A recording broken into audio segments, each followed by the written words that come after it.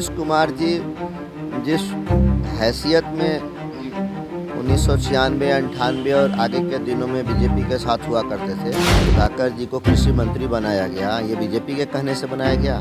मुख्यमंत्री जी बिहार को विशेष राज्य का दर्जा मांगते हैं और दूसरी तरफ 350 करोड़ का जहाज खरीदने की बात हो रही है। नमस्कार, आप देख रहे हैं लाइव सिटीज। मैं हूं आपके साथ सौरभ राज। आरजेडी विधायक सुधाकर सिंह लगातार नीतीश कुमार के ऊपर हमलावर हैं, लगातार कई तरह के आरोप लगा रहे हैं। मेरे साथ बात करने के लिए बीजेपी के सांसद सुशील सिंह हैं।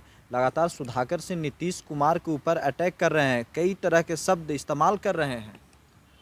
देखिए, मैंने भी सुधाकर जी के बयान को सुना है जी शब्दों के ऊपर, शब्दों के चयन पर आपत्ति हो सकती है जी लेकिन जो विषय उन्होंने रखा है, जो बात उन्होंने कहा है, वो कहाँ से गलत है। एक तरफ मुख्यमंत्री जी बिहार को विशेष राज्य का दर्जा मांगते हैं जी और दूसरी तरफ 350 करोड़ का जहाज़ खरीदने की बात हो रही है। तो दोनों चीज़ें एक साथ नहीं चल सकती। गरीब राज्य है तो गरीब राज्य है, गरीब राज्य फिर 350 करोड़ रुपए का जहाज़ क्यों खरीदेगा। और आजकल तो हर चीज़ आउटसोर्स हो रहा है। जब आप अपना जहाज़ खरीदेंगे तो उस पर सारे खर्चे, मेंटेनेंस से लेकर पायलट से लेकर सब कुछ है। और अगर आप भाड़े पर ले लेंगे, किराए पर ले लेंगे, तो ये सब कोई झंझट नहीं है। इतना बड़ा पूंजी भी निवेश नहीं होगा राज्य के खजाने का।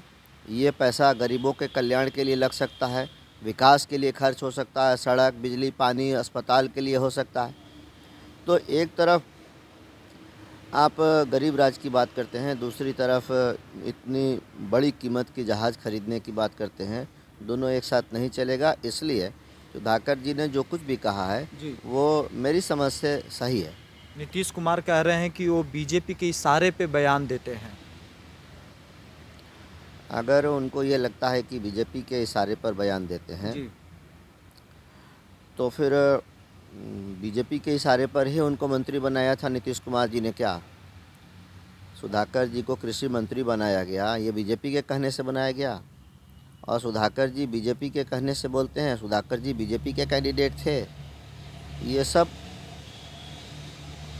बातें मतलब कपोल कल्पित हैं और असत्य हैं, इसमें कोई आधार नहीं है।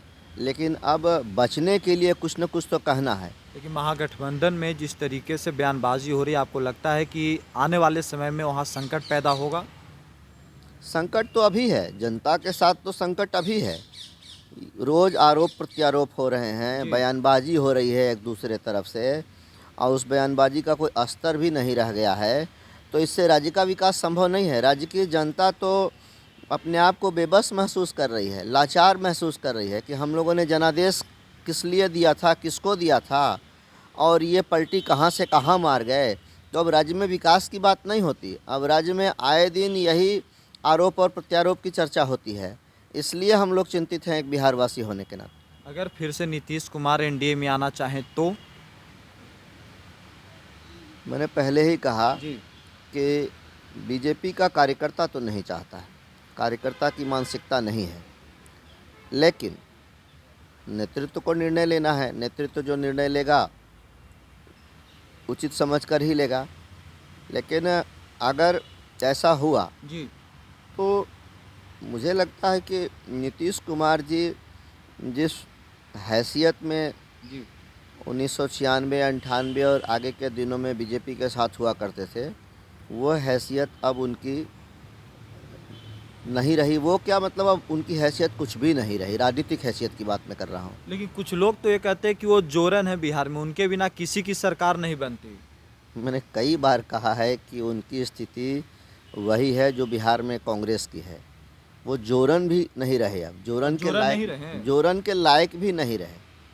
थोड़ा बहुत जिसके पास पूंजी होती है वही तो जोरन कहा जाता है।